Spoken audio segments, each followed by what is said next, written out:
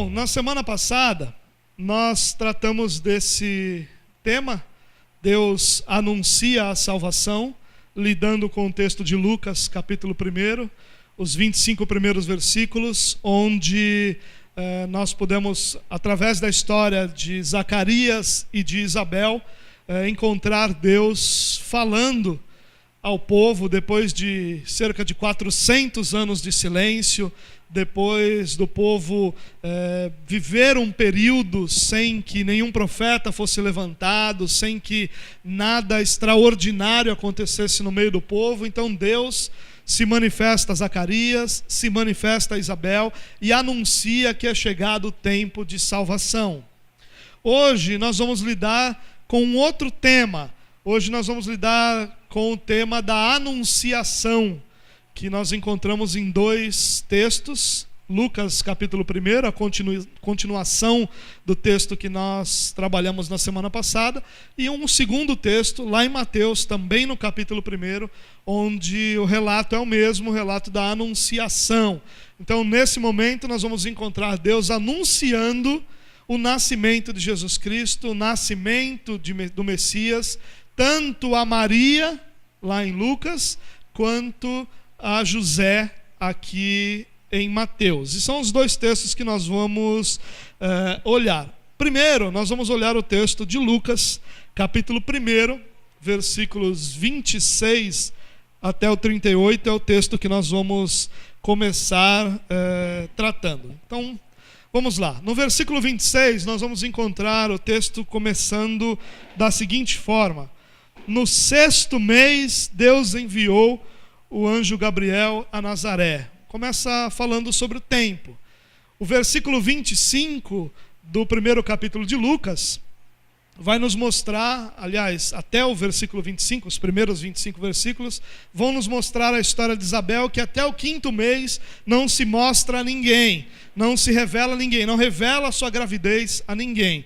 E aqui Lucas continua dizendo, olha, no 6º mês de gravidez de Isabel, que está conectada à história que nós vimos na semana passada, Deus enviou o anjo Gabriel a Nazaré, cidade da Galileia. Então o que nós encontramos aqui na continuação do versículo 26 é que Deus continua ou permanece dirigindo a história. E agora ele envia o anjo Gabriel, que anteriormente se apresentara a Zacarias, ele envia esse mesmo anjo a um vilarejo. Nós vamos encontrar na nossa tradução a palavra cidade, porque o idioma grego não tem uma palavra para algo menor do que uma cidade, um vilarejo ou uma aldeia, mas é isso que Nazaré era. Era um vilarejo, uma cidade muito pequena, que ficava na região da Galileia. Aqui, irmãos, só como ilustração, não quero gastar muito tempo nisso, nem é o alvo da nossa mensagem essa noite, mas sempre que a gente fala sobre Israel, muitos irmãos ficam confusos sobre como era Israel, sobre como Israel, essas localidades são organizadas. Então eu separei um mapinha aqui, só para a gente olhar de forma bem rápida e você entender um pouquinho Israel, porque a gente, ao falar dos evangelhos, que é a nossa pretensão nos próximos, não sei nem quanto tempo, nós vamos lidar muito com Israel. Então, dando uma olhada nesse mapa aqui, irmãos, nós vamos ver que no sul de Israel nós temos a Judéia, lá no norte de Israel nós temos a Galileia. Olhando direitinho aqui, nós vamos encontrar onde está a setinha Jerusalém, que é o centro de tudo, e é em Jerusalém que nós vimos os versículos da semana passada, os primeiros 25 versículos de Lucas, lá no templo de Jerusalém, que o anjo Gabriel se revela a Zacarias. Agora, nós não estamos mais no sul de Israel, agora nós vamos lá para o norte de Israel, para um pequeno vilarejo chamado Nazaré. Tá? E só para ilustrar um pouquinho melhor isso, lá na Galileia nós vamos encontrar o Mar da Galileia, onde muitas histórias acontecem. No sul de Israel nós vamos encontrar o Mar Morto, a maior depressão da terra, cerca de 400 metros abaixo do nível do mar, é o que nós vamos encontrar aqui no Mar Morto. E ligando o Mar da Galileia ao Mar Morto, nós vamos encontrar o Rio Jordão, que corta a nação de Israel ao meio. Tá? Do lado leste de Israel, nós vamos encontrar outras regiões, como Decápolis e a Pérea, que são menos importantes, mas algumas das histórias são desenvolvidas lá também. Mas o mais importante para nós hoje aqui é entender que nós saímos do sul, lá de Jerusalém, onde tudo estava acontecendo, e estamos agora no norte de Israel. Por que a grande mudança? Ou o que isso significa? Israel, no sul, na área de Jerusalém, nós vamos encontrar toda a religiosidade, nós vamos encontrar grande parte dos sacerdotes, nós vamos encontrar muita coisa ligada à religião de Israel acontecendo. Lá no norte, na Galileia, a Galileia é chamada de Galileia dos gentios.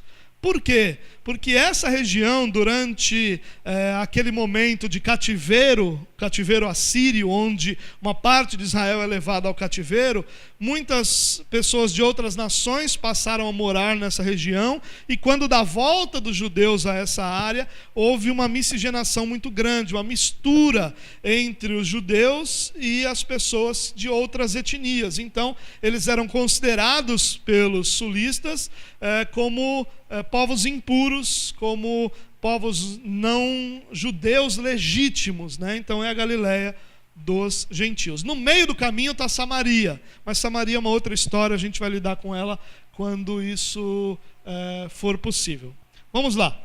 Continuando o texto aqui, o texto diz que Deus enviou o anjo Gabriel a Nazaré, cidade da Galileia, a uma virgem prometida em casamento a certo homem chamado José. E uma coisa importante para a gente entender aqui, que vai ser muito valioso para nós no texto, irmãos. Esse prometido em casamento não é aquilo que nós conhecemos como noivado hoje. A ideia que a maioria das pessoas faz é que eles estavam noivos. E não é essa a ideia desse momento. Em Israel, não existia o que nós conhecemos como noivado hoje. O que existia era um contrato de casamento. Muitas vezes esse contrato era levado adiante quando o casal ainda era adolescente, né? Então era um casamento arranjado, mas arranjado entre os pais com os noivos ainda novos. Mas era um contrato, ele não poderia ser quebrado como o noivado é hoje.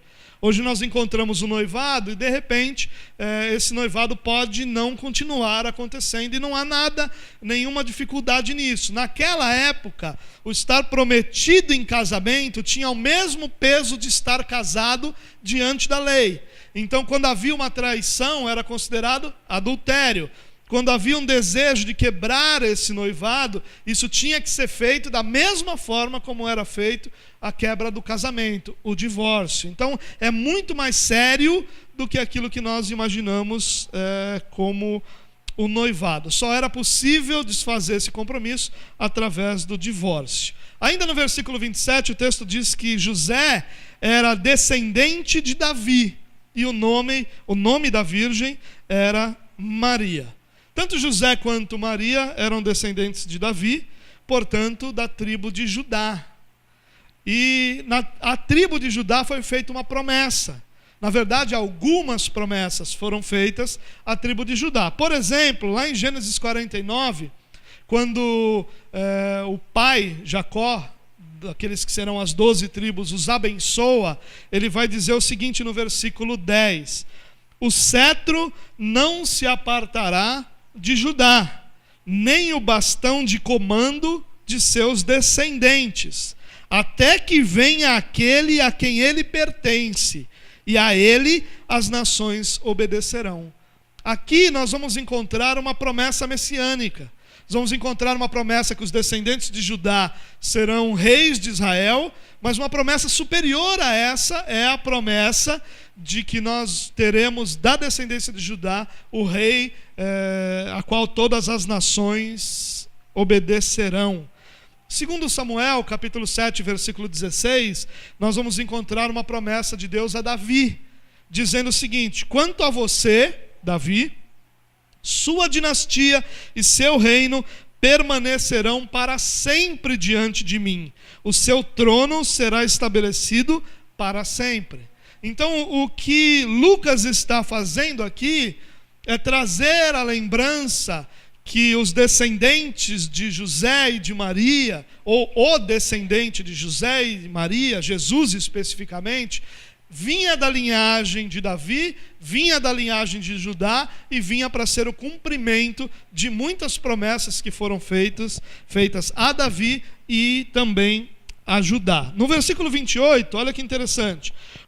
O anjo, aproximando-se dela, disse: alegre-se, agraciada, o Senhor está com você. Maria ficou perturbada com essas palavras, pensando no que poderia significar essa saudação. O anjo vai saudar Maria, uma jovem que vivia numa pequena cidade, não compreende claramente o significado daquelas palavras, se espanta com o momento. E é interessante que nós vemos mais uma vez uma amostra da reverência que nós encontramos nas Escrituras de alguém diante de Deus. Mais uma vez nós encontramos alguém que, diante de uma manifestação de Deus, treme, teme, se espanta, se assusta, não trata isso de forma leviana, não trata isso de forma banal, não trata isso como se estivéssemos lidando com qualquer momento, mas com a seriedade que estar diante de Deus exige. No versículo 30, e agora sim, nós encontramos aqui: mas o anjo lhe disse: não tenha medo, Maria, você foi agraciada por Deus. O anjo vai acalmar Maria, vai dizer a ela que a razão da sua presença ali é que a graça de Deus estava com ela. A tradução aqui traz muito claramente a ideia do texto: você foi agraciada por Deus, ou seja, tudo o que está acontecendo porque Deus derramou graça sobre você, porque você está sendo agraciada por Deus, porque a graça de Deus está sobre você. Versículo 31 diz: você ficará grávida e dará à luz a um filho e lhe porá o nome de Jesus. Então o anjo vai anunciar lá que ela vai ter um filho e o nome já está escolhido também. O nome será Jesus. Jesus, irmãos, é a forma grega de Josué. É a mesma palavra que é usada para o nome Josué no Antigo Testamento em hebraico. Mas agora aqui em grego a palavra é Jesus. E tanto Josué quanto Jesus vai significar o Senhor é salvação. É esse o significado do nome de Jesus. Versículo 32 diz: ele será grande e será chamado Filho do Altíssimo. O Senhor lhe dará o trono de seu pai Davi, e ele reinará para sempre sobre o povo de Jacó. Seu reino jamais terá fim. Tem algumas coisas muito legais aqui, muito valiosas. Primeiro, Gabriel anunciou que João ia ser grande também. Você lembra na semana passada? Gabriel anuncia que João, o Batista, seria grande, anuncia isso a Zacarias. Mas aqui ele diz que Jesus vai ser chamado Filho do Altíssimo, ou Filho de Deus, um com o Pai. O que Lucas está anunciando aqui é que Jesus será um com Deus. Não está falando de uma criatura, não está falando de alguém que está para ser criado, não está falando de um homem comum, mas está falando de alguém que é filho de Deus, que tem da mesma substância, da mesma realidade que Deus tem. A promessa que Deus havia feito para Davi é lembrada aqui. E Gabriel, até de uma forma poética, anuncia o cumprimento dessas promessas. Havia uma ligação muito forte de Israel com as promessas que Deus havia feito a Davi, promessas de que o reino de Davi seria um reino eterno, promessas de que o reino de Davi estaria sempre em vigor. E aqui ele vai dizer que o reinado do Messias nunca terá fim. Essa é a marca do reinado do Messias prometido a Israel. Mas há algo interessante aqui: os judeus, eles, nos seus estudos e nos seus ensinos, eles declaravam que o reino messiânico teria fim. Então eles entendiam que quando o Messias viesse, o reino do Messias teria fim. Só o reino de Deus seria eterno. E o que Lucas está nos ensinando aqui é que o reino de Deus e o reino do Messias são o mesmo reino. Que não existe um reino do Messias como se ele fosse um homem que reinasse e um outro reino de Deus, mas é o mesmo reino, porque o Messias é o próprio Deus. E quando o Messias então é o próprio Deus, o reino desse Messias é também um reino eterno. E ele vai dizer, olha, vocês estão esperando que o reino do Messias tenha fim, mas o dele não vai ter fim. Porque o dele é o reino de Deus, não é um reino humano, não é um reino terreno. Ele não é um rei terreno, mas ele é o rei eterno. Ele é aquele que governa sobre tudo. Ou seja, Gabriel vai reafirmar aqui a divindade de Jesus, que nós já vimos na nossa primeira mensagem. Versículo 34. Perguntou Maria ao anjo: como acontecerá isso, se sou virgem? Aqui tem algumas coisas para a gente pensar. Zacarias, quando perguntou isso, deu ruim para ele. Zacarias ficou mudo, as coisas não aconteceram da melhor forma possível. Mas aqui há uma grande diferença. A pergunta de Zacarias, ela vem recheada de incredulidade. Zacarias lembra ao anjo que ele já era velho, que essas coisas não poderiam acontecer. Maria está dizendo: como isso vai acontecer se eu sou virgem? Ela não está perguntando no sentido de, se eu sou virgem, eu não acredito que isso possa acontecer. Ela entende essa declaração do anjo como algo imediato. Quando o anjo diz para Maria: você ficará grávida, é como se o anjo estivesse dizendo: Maria, agora você ficará grávida. Não é depois que você casar, não é daqui a alguns meses, é agora. A ideia do texto, a ideia da frase que o anjo fala, é uma ideia de que isso acontecerá imediatamente. E aí então Maria vai questionar, dizer: como é que isso pode acontecer se eu sou virgem? Como é que posso imediatamente ficar grávida se eu ainda sou virgem? Não tem nada de espantoso em dizer que Maria vai ficar grávida, mas a ideia de que aquilo ia acontecer com efeito imediato faz Maria questionar, porque ela não tinha consumado o seu casamento, e ela vai então questionar como aquilo aconteceria. Ela não questiona se aquilo ia acontecer, mas como aquilo iria acontecer. E aí o anjo responde no versículo 35: o Espírito Santo virá sobre você, e o poder do Altíssimo a cobrirá com a sua sombra. Assim, aquele que há de nascer será chamado Santo Filho de Deus. Essa é uma das mais belas declarações das Escrituras. Nós a tratamos de forma até mesmo superficial, mas ela é uma das mais profundas e belas declarações das Escrituras. Olha o que o anjo está dizendo aqui. Primeiro ele está dizendo que Maria vai ficar grávida do Espírito Santo. E ele fala isso de uma forma tão gentil e delicada, dizendo: olha, o poder do Altíssimo a cobrirá. Então, ele aqui vai eliminar qualquer grosseria ligada à sexualidade que poderia ser sugerida. Ele está dizendo: não, sua gravidez vai ser fruto da ação divina criadora. O Espírito Santo virá sobre você e irá gerar o menino Jesus, pelo poder do Espírito Santo. E talvez para nós, irmãos, essa ideia do nascimento virginal, dessa concepção divina, não nos leve muito a pensar, mas nós deveríamos pensar bastante sobre isso. Por que Jesus precisava nascer desse nascimento virginal, dessa realidade virginal?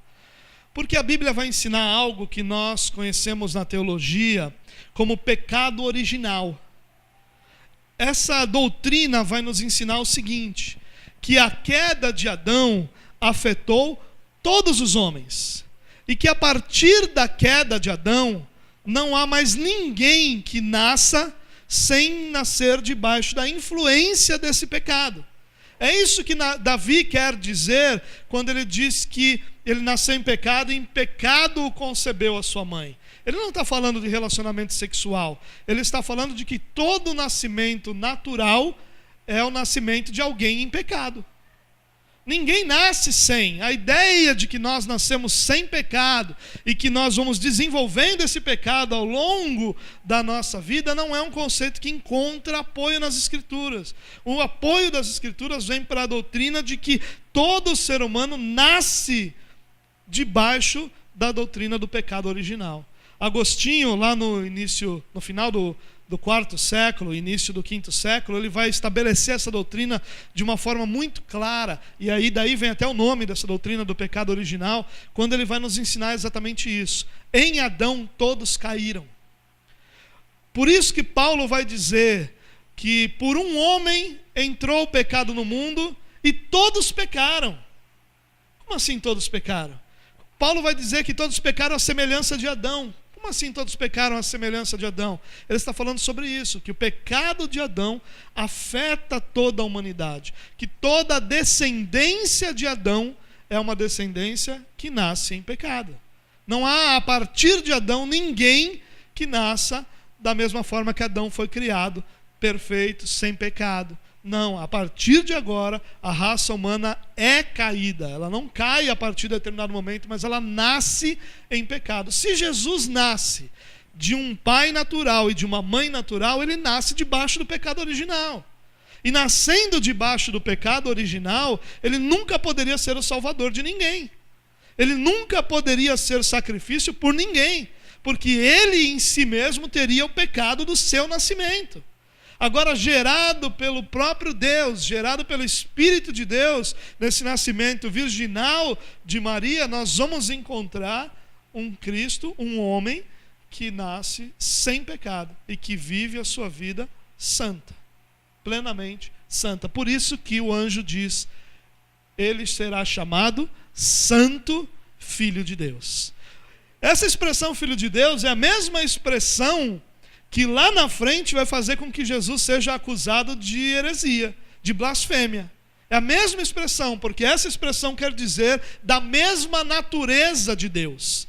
Não quer dizer filho no sentido de criado, mas filho no sentido da mesma natureza.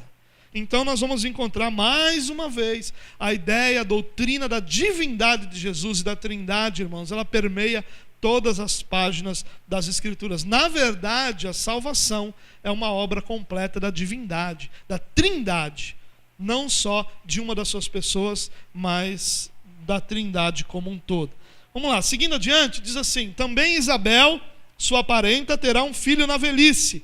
Aquela que diziam ser estéril já está em seu 6º mês de gestação, pois nada é impossível para Deus. Gabriel vai usar a gravidez de Isabel aqui, que era estéril, conhecida, parente de Maria, e que agora está grávida. E ele vai usar essa história para encorajá-la, mostrando que nada é impossível para Deus e que aquilo que o anjo está falando a Maria vai se concretizar, porque Deus tem feito milagres e transformado realidades ao longo de toda a história. Versículo 38, olha o que diz: respondeu Maria: sou serva do Senhor, que aconteça comigo conforme a tua palavra. E então o anjo a deixou. Irmãos, eu queria dar uma palavra aqui rapidamente sobre como nós maltratamos Maria. Eu já ouvi um desses abençoados que dizem ir para o inferno, que chegou lá e disse que viu Maria. Porque esse é o pensamento evangélico, de que Maria é algo ruim. Esse não deveria ser o pensamento evangélico. Maria é a mãe do nosso Senhor Jesus Cristo. Ainda que ele tenha sido gerado pelo Espírito Santo e foi gerado, e ainda que ele não tenha dependido de Maria para a sua santidade, Maria foi escolhida pelo Pai para gerar o nosso Salvador. Nós não vamos encontrar essa escolha, claro que não por merecimento de Maria, isso é declarado, porque ela foi agraciada, porque a graça de Deus estava sobre Maria, mas nós não vamos encontrar alguém que é incrédulo aqui. Nós vamos encontrar uma serva de Deus, disposta a se submeter à palavra de Deus, à verdade de Deus, à graça de Deus, a obedecer a Deus de uma forma completa. E é isso que ela declara aqui. Ela diz: olha, sou serva do Senhor, que aconteça comigo conforme a tua palavra. E talvez para nós isso possa parecer uma declaração simples. Não é, não. Maria está dizendo assim: olha, eu sei que se eu for, como nas palavras do anjo, coberta pelo Espírito e gerar pelo Espírito Santo uma criança, essa criança não vai ter sido gerada pelo meu marido. E eu posso enfrentar um processo de adultério que pode me levar a ser apedrejada. Eu sei que o que Deus está pedindo, que o que Deus está colocando sobre a minha vida, pode trazer graves e duras consequências para mim. Eu posso ser morta por causa dessa realidade. Mas eu sou serva do Senhor, que o Senhor faça aquilo que Ele crê, ou que Ele sabe, né? Não crê, mas sabe que deve ser feito sobre a minha vida. Que Ele faça comigo conforme a sua palavra. Maria está sendo corajosa aqui. E é interessante que a palavra que Maria usa, sou serva do Senhor, é a mesma palavra que Paulo vai usar se apresentando nas suas epístolas, que deveria ter, ou que tem uma tradução mais exata, como escravo. Quando ela usa serva, claro que nossa Bíblia vai traduzir como serva, porque escravo não traduz o coração de Deus, mas no sentido de uma submissão tão plena, que se chamassem de escravo não estaria errando, porque é assim que se comportava a pessoa. Não a postura de Deus para com a pessoa em escravizar, mas a pessoa tão submissa ao ponto de poder ser identificada como uma escrava. É essa palavra que Maria usa. Maria está dizendo, eu sou plenamente submissa ao meu Senhor. Que o Senhor faça conforme a sua palavra. E aí o anjo então deixa Maria. E aí nós vamos para Mateus capítulo 1. Porque aqui o anjo está anunciando a Maria o nascimento de Jesus. A Mateus, o anjo vai anunciar a José. E lá no versículo 18 nós vamos encontrar o seguinte texto. Foi assim o nascimento de Jesus Cristo. Maria, sua mãe, estava prometida em casamento a José, mas antes que se unissem, achou-se grávida pelo Espírito Santo.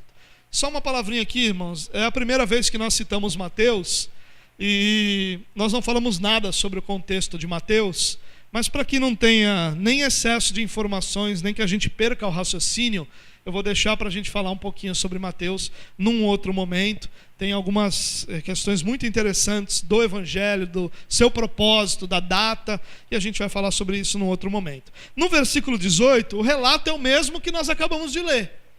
É o mesmo relato, só que de forma mais resumida.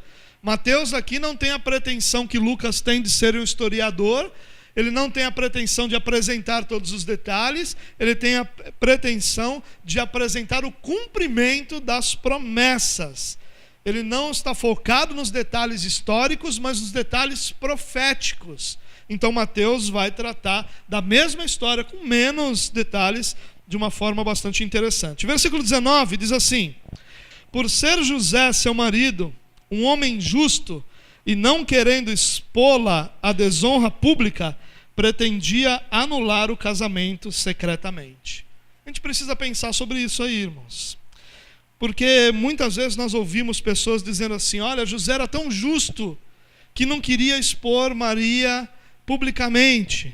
Ele queria cancelar o casamento secretamente para que ninguém soubesse que ela o traiu. Até então, na cabeça de José, José não sabe da história, nós sabemos. Mas até agora José não foi informado. Até agora ele não tem a informação de que Maria está grávida do Espírito. Até então, quando aqui nós encontramos Maria achou-se grávida, nós vamos encontrar o texto dizendo que ficou notório que Maria estava grávida. Ficou claro, ou seja, deve ter sido perceptível pelo crescimento da barriga que Maria estava grávida. E ele viu aquilo sem ter consumado o casamento, e agora ele está num dilema. E o dilema de José ele é justo, mas ele ama Maria. Ele é justo, mas ele tem uma profunda afeição por Maria. E onde as duas coisas vão se colidir? Na realidade de que, sendo justo, ele deveria denunciar Maria pelo adultério. Essa era a lei. Maria tinha que ser denunciada. Se nós estivéssemos falando assim, José era justo e queria não fazer mal a Maria, nós estamos traduzindo justo não como justo, mas como misericordioso. E justo não é isso. Justo é aquele que cumpre a lei. A palavra justiça aqui no Novo Testamento, nos Evangelhos, vai ter essa conotação, essa ligação com a lei, com o cumprimento da lei, com o estar debaixo da autoridade da lei. Então José aqui, ele está num grande dilema. Ele vai, sendo justo, ser levado a denunciar Maria, mas ao mesmo tempo, por amá-la, ele não quer expô-la à desonra pública. E aí então ele começa a arquitetar um plano. O plano que ele vai arquitetar é: eu vou deixá-la secretamente. Em Israel, você poderia se divorciar de duas formas. Você poderia se divorciar denunciando o adultério, e aí lá em Números capítulo 5 nós vamos encontrar todo o ritual que vai ser apresentado. Ou você poderia secretamente, com duas testemunhas, entregar uma carta de divórcio. Você lembra da carta do divórcio que Jesus fala? Então, isso poderia ser feito. É isso que José está pretendendo fazer. Deixar Maria secretamente significa ele está tentando, pensando, planejando entregar a Maria uma carta de divórcio de forma discreta, para que ela não tenha que passar pelo processo público de desonra, de ser acusada e de ser até mesmo apedrejada. A lei de Moisés autorizava o homem a se divorciar da mulher, dando carta de divórcio, sem precisar explicar o motivo. Simplesmente ele dava a carta de divórcio. Maria poderia ser apedrejada. Nós precisamos entender aqui que esse tipo de morte, essa punição, não era muito comum nessa época. Por quê? Porque quando o Império Romano assume ou conquista Israel, ela tira dos judeus o poder de condenar alguém à morte. Então, o Sinédrio iria dar o seu veredito, e se fosse a morte, teria que ser levado a um governante, como aconteceu com Jesus a Pilatos, e esse governante é que determinaria se aquela pessoa seria morta ou não. Mas a punição pela lei para o adúltero seria o apedrejamento, a morte por apedrejamento. Por José amar Maria, ele entendia que ele deveria se separar, porque essa era a lei, por isso ele era justo, ele deveria obedecer à lei. Mas ao mesmo tempo ele amava Maria e sabia, e não queria que Maria fosse exposta a essa desonra pública, então ele planeja secretamente deixar Maria.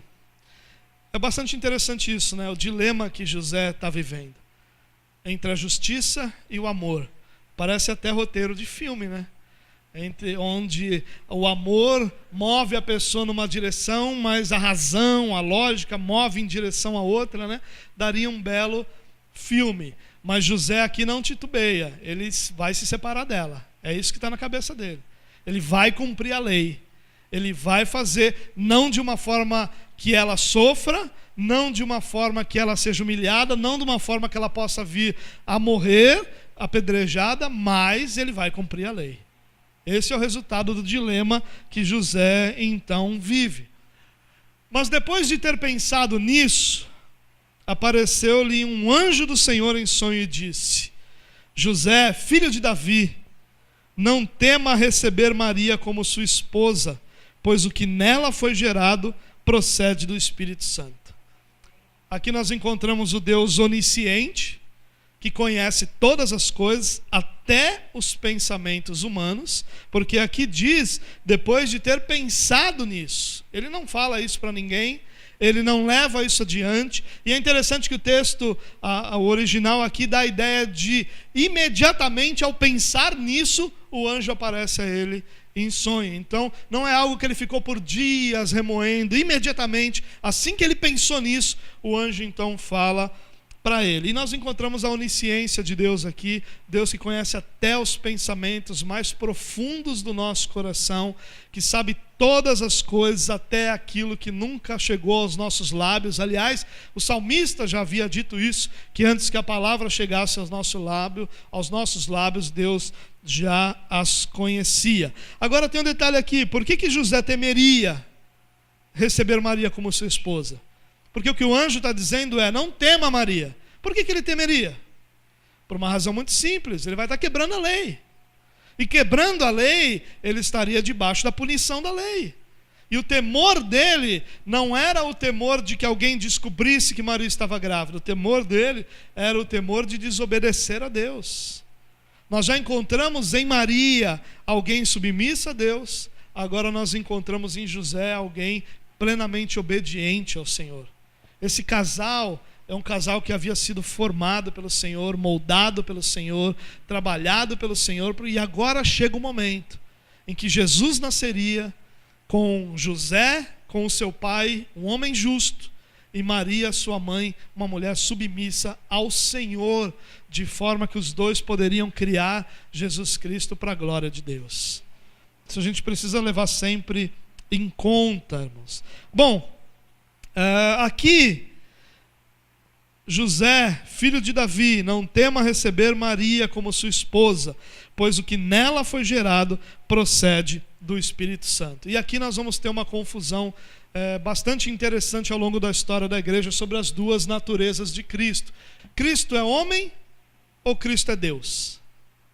Cristo é 50% homem ou Cristo é 50% Deus? E aí faz 100%? É uma mistura que não dá para definir quantos por cento é de cada um. Houve um período da história em que alguns homens, claro que sempre questionados pelo todo da igreja, mas alguns homens diziam que Jesus era só Deus. E que tudo aquilo que era humano em Jesus era só aparente, não existia humanidade. Ele era um Deus que aparentava ser humano. E que na cruz, quando então ele é crucificado lá, aquilo é tudo uma aparência, não é uma realidade. Nós vamos encontrar outro grupo dizendo, não, ele era só homem. O divino estava sobre ele em alguns momentos, como no batismo, quando vem, mas na crucificação, por exemplo, o divino deixa o humano Jesus, e por isso que ele grita, Deus meu, por que me desamparaste? Então todo tipo de interpretação aconteceu ao longo da história da igreja. E aí no ano 451, um dos concílios, o quarto dos 7 concílios que a história nos apresenta, o concílio geral da igreja, o concílio ecumênico da igreja, é reunido na cidade de Calcedônia, onde hoje é a Turquia, para tratar desses assuntos. E aí eles vão definir algumas coisas, que é o que a igreja crê até hoje, sobre as naturezas de Jesus. Isso é muito importante para a gente entendermos, porque a nossa salvação não se concretiza, a não ser que Cristo seja 100% homem e 100% Deus. Ela não se concretiza se não for assim. Se ele é uma parte homem e uma parte Deus, ela não se concretiza. Se ele é só Deus e nada humano, ela não se concretiza. Se ele é só homem e não divino, ela não se concretiza. Ela só vai se concretizar se Jesus for 100% homem e 100% Deus. Esse concílio não foi um concílio perfeito. Por exemplo, é nesse concílio que aquela expressão mãe de Deus, dada a Maria, aparece, né? E dá uma ideia errada de que ela era a mãe do Jesus homem, mas nunca do Deus, não como criando ou como criadora de Deus. Mas olha o que o concílio diz, só para a gente passar rapidamente por isso. Diz assim, que Jesus era perfeito quanto à divindade e perfeito quanto à humanidade. Aqui só tem um trecho, tá? Verdadeiro Deus e verdadeiro homem.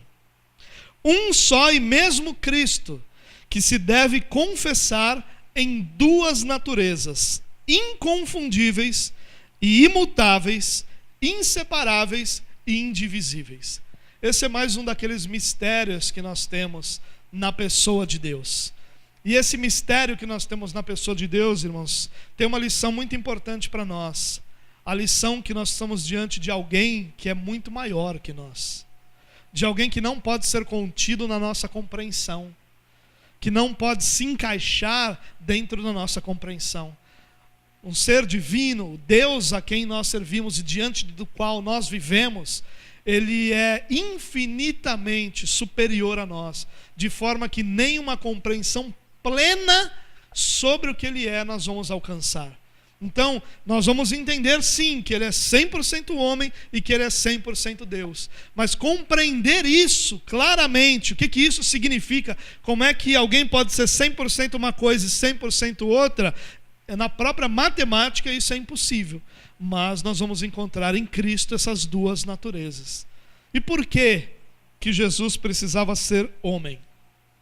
Paulo vai explicar isso, quando ele diz, por um pecado, por um homem, o pecado entrou no mundo. E por um homem, Jesus Cristo, a salvação veio aos homens. Então, o pecado alcança a humanidade por um homem. E a salvação alcança a humanidade por um homem.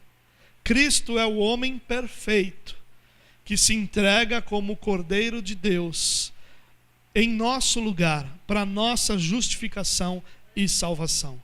Mas ele também precisava ser Deus, porque se ele é só homem, a sua morte seria suficiente, perfeita e suficiente, para pagar por si mesmo.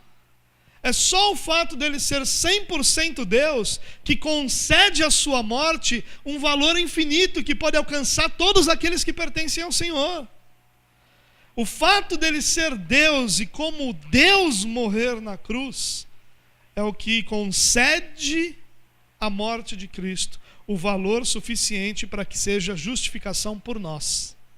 Nós somos justificados porque na cruz morreu quem era 100% homem e 100% Deus. Na sua humanidade perfeita, ele é o Cordeiro substituto. Na sua divindade perfeita, ele tem uma morte cujo valor é infinito e alcança a todos nós. Louvado seja Deus por essa grandiosa salvação que nós recebemos. No versículo 21, ela dará à luz um filho, e você deverá dar-lhe o nome de Jesus, porque ele salvará o seu povo dos seus pecados. Irmãos, a humanidade nunca esteve diante de uma notícia maior que essa. Nunca esteve. Eu vou ler de novo, irmãos, porque talvez a gente, acostumado com essa realidade todos os dias, nenhum de nós olha muito para essa questão de que tudo isso é o anúncio da nossa salvação. Mas o texto diz: ela dará à luz um filho. Ela quem? A esposa, que tem o que foi gerado em si pelo Espírito.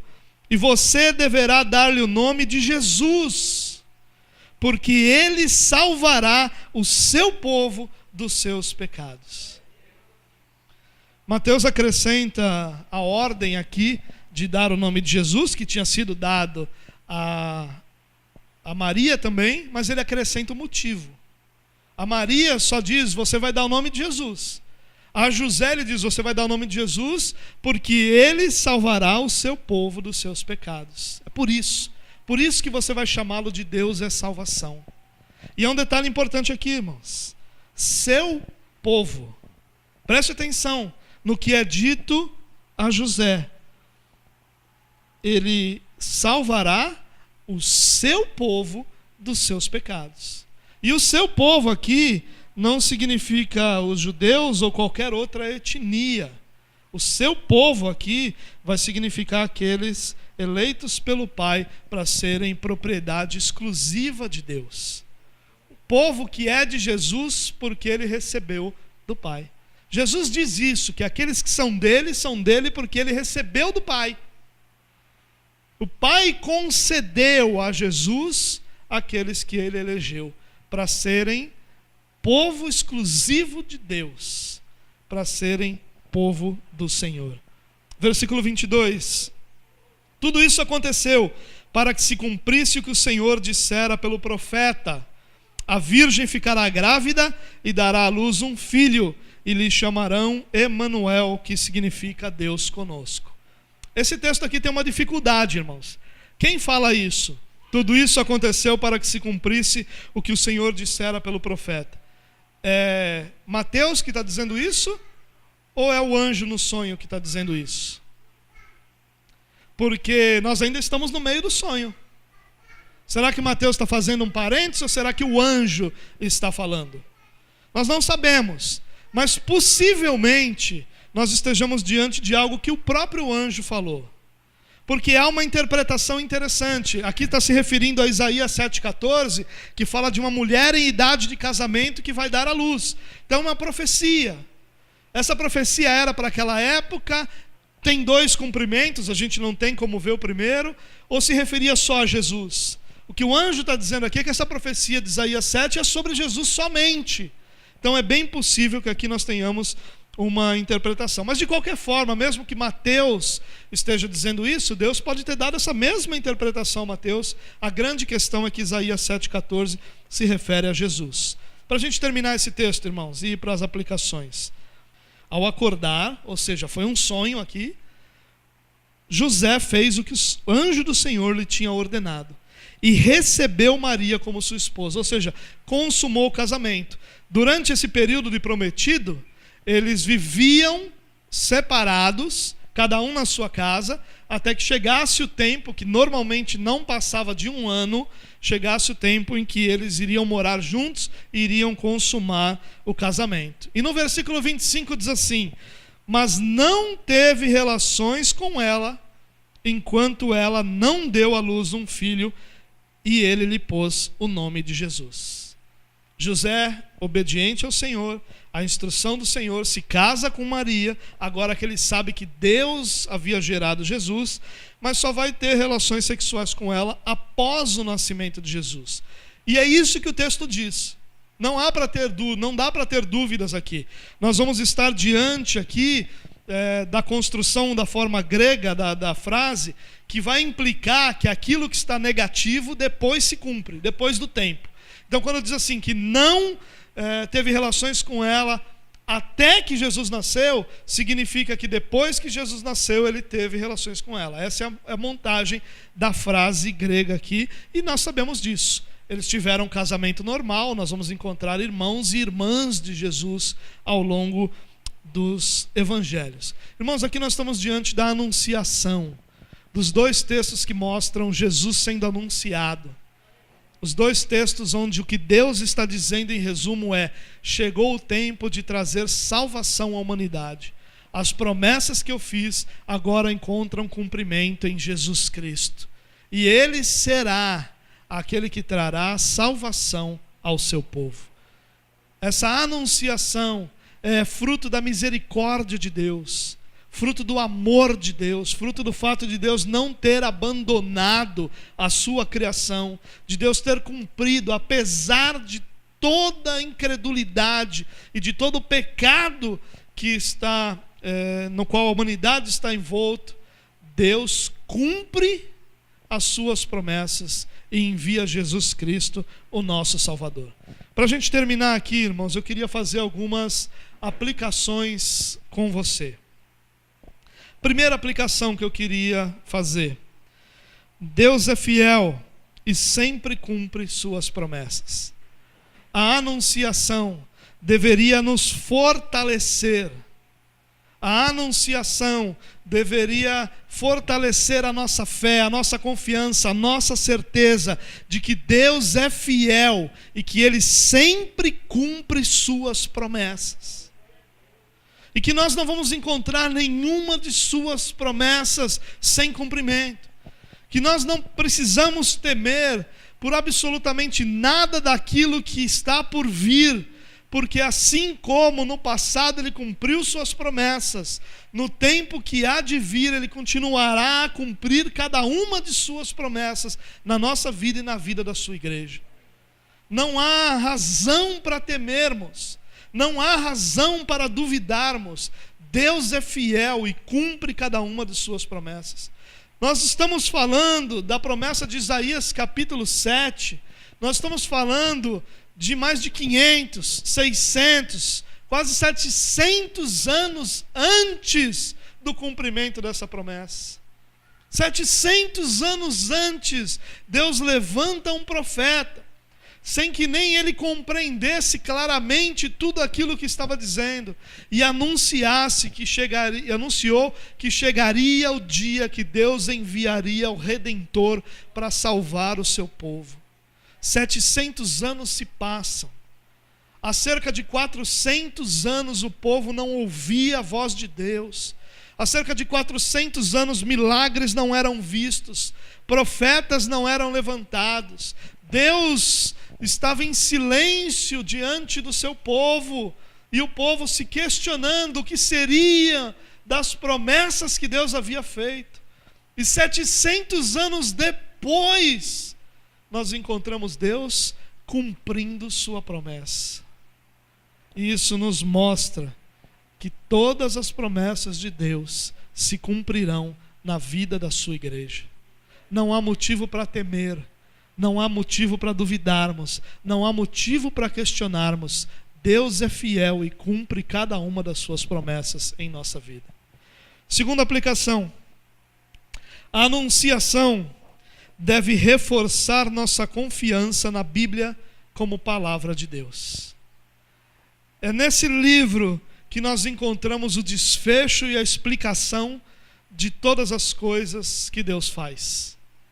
Ao olhar para uma promessa de 700 anos atrás, ou de 700 anos antes do seu cumprimento, relatada, já escrita, se cumprindo depois, plenamente, integralmente, isso deveria reforçar nossa confiança na Bíblia como palavra de Deus. Sabe, irmãos, nós vivemos num tempo em que a veracidade das Escrituras são questionadas.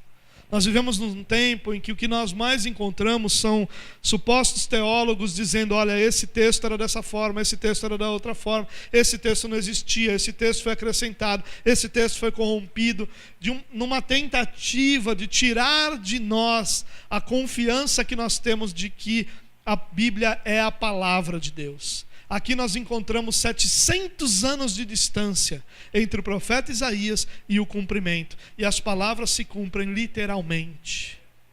Além dessa, nós encontramos cerca de 100 de promessas que se cumprem da mesma forma. E é interessantíssimo o fato de que Mateus vai nos mostrar várias delas.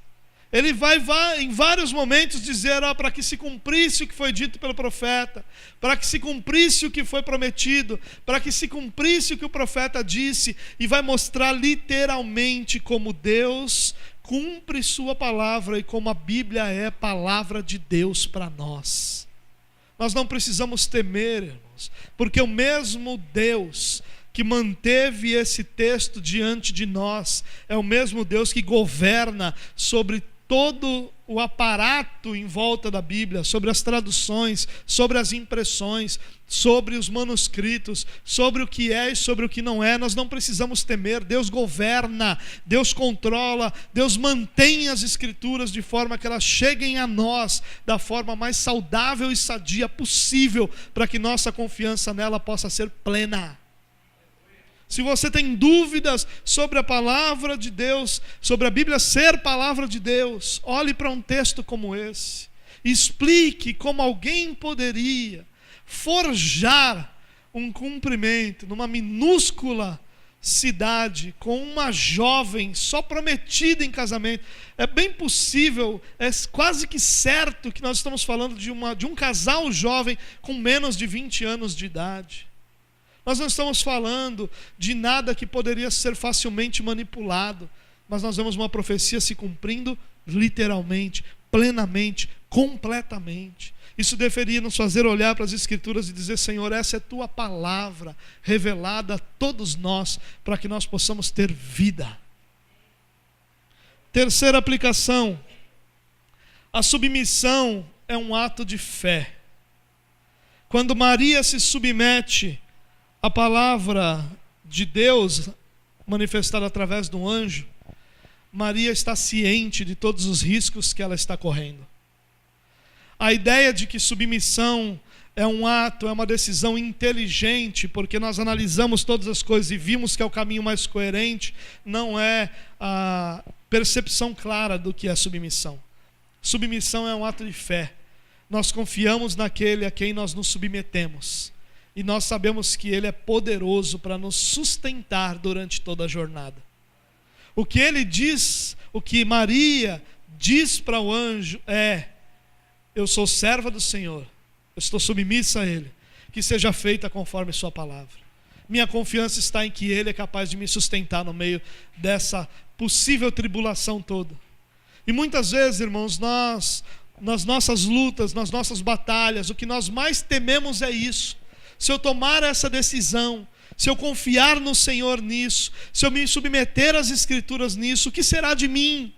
O que será das minhas finanças? O que será da minha família? O que será das pessoas ao meu redor? O que será da minha profissão? Porque nós estamos sempre olhando para as realidades e pensando: se eu me submeter ao Senhor, as pessoas ao meu redor não vão me entender, não vão crer como eu creio, e eu vou ser prejudicado por isso. Submissão é um ato de fé.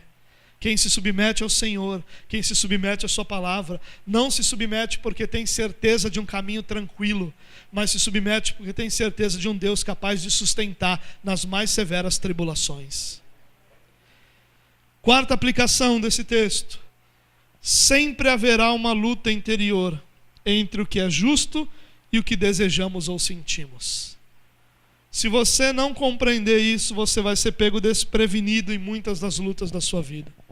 Nós sempre travaremos uma luta entre o que é a vontade de Deus, ou seja, essa luta será interior, entre o que é justo, entre o que é a vontade de Deus, entre o que é a verdade de Deus e entre o que nós sentimos, entre o que nós desejamos, entre o que nós achamos. Essa luta interior vai estar sempre ao nosso redor. Nós precisamos olhar para José. José nos ensina a refletir sobre isso. José nos motiva a ficar com o que é justo. Deus não repreende José. Ao contrário, José é identificado como um homem justo. José está prestes a fazer algo que o seu coração não gostaria de fazer, que causaria a ele tristeza, que causaria a ele dor, mas que era o que tinha que ser feito, que era a palavra de Deus, que era a justiça diante de Deus. E essa é a grande luta que nós temos, irmãos. A luta que nós temos é entre os nossos sentimentos e a verdade. A luta que nós temos interiormente é entre o que nós pensamos, achamos, sentimos e aquilo que Deus diz como sua verdade. Porque nós estamos vivendo uma época em que verdade absoluta não existe mais. A única verdade absoluta que existe é a verdade de que não existe nenhuma verdade absoluta. Essa é a realidade. E quando a gente diz, não, mas isso é a verdade, a pessoa vai dizer, não, mas peraí, não é bem assim. Vamos olhar o contexto, vamos olhar ao redor, vamos olhar. Cada um tem sua própria verdade, cada um tem sua própria compreensão da verdade. E nisso nós vamos nos afastando e nos distanciando daquilo que é a verdade de Deus. Nós precisamos estar atentos, irmãos. Ao invés de nós estarmos atentos a essas batalhas espirituais mirabolantes, onde demônios são nomeados, desenhados, apresentados, onde toda essa questão mirabolante supostamente nos é apresentada, nós precisamos olhar para a realidade. E a realidade é que a maior batalha da nossa vida está dentro de nós. E ela é uma batalha entre nós fazermos o que é a vontade de Deus e nós fazermos aquilo que o nosso coração está sentindo. Essa é a grande batalha. Entre nós cumprirmos o que é desejo do nosso coração e entre nós fazermos aquilo que é a vontade de Deus. Essa é a grande batalha que nós travamos. E ela sempre estará ao nosso redor. E ela sempre fará parte da nossa vida. E nós precisamos refletir com José.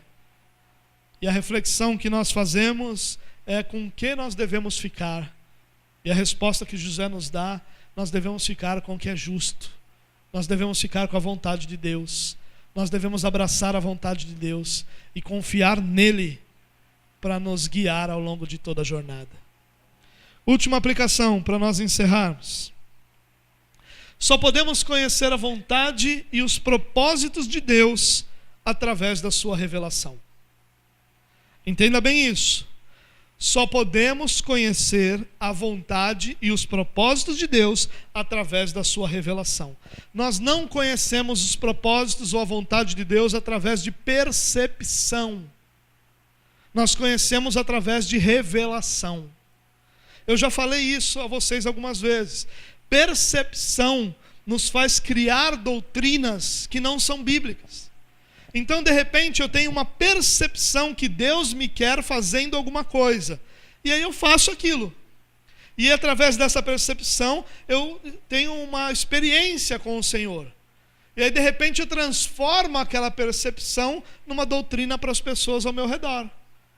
Nós não fazemos doutrina através de percepção, nem de experiência. Nossas doutrinas são extraídas das Escrituras. Nós só podemos conhecer a Deus e a sua vontade através da sua revelação. Deus se revela a Maria através de um anjo. Deus se revela a José através de um sonho. E o autor de Hebreus diz que Deus se revela a nós através do Filho. É assim que nós conhecemos a Deus, através do Filho. A nossa revelação são as Escrituras. E diante das Escrituras nós conhecemos quem Deus é, qual é a sua vontade e o que nós devemos viver ou fazer. Nós não podemos fugir disso, irmãos. Conhecer a Deus, conhecer os seus propósitos, conhecer sua vontade, só é possível através da revelação do próprio Deus. E é por isso que nós temos as Escrituras, porque sem elas nós não teríamos como conhecer a vontade e os propósitos de Deus. Nós viveríamos baseados em percepções e em experiências, e a individualidade do relacionamento com Deus se perderia, porque a minha experiência ia ter que moldar a sua vida espiritual, a sua experiência ia ter que moldar a minha vida espiritual. Então nós viveríamos de percepção. Agora nós achamos que Deus quer isso, e nós vamos para esse lado. Agora nós achamos que Deus quer aquilo, e nós vamos para outro lado, porque por percepção, a percepção muda. Mas nós não vivemos por isso. Nós vivemos dependentes da sua revelação. E Deus falou em muitos momentos, através de muitas formas. Mas nos últimos dias, Ele tem falado através do Filho. É através do Evangelho de Jesus Cristo. É através das Escrituras que nós conhecemos a revelação de Deus para a nossa vida. Que essa notícia da anunciação possa alegrar nosso coração, irmãos. Deus não nos abandonou. Deus enviou o seu Filho para salvar o seu povo. E nós estamos aqui. Uma pequena parte do povo de Deus espalhado por toda a terra, mas estamos aqui porque Deus não abandonou o seu povo, mas enviou Jesus Cristo, o nosso Senhor, para a nossa salvação. E hoje nós somos dele. E hoje nós pertencemos a Ele. E é diante dele que nós vivemos para a glória de Deus Pai.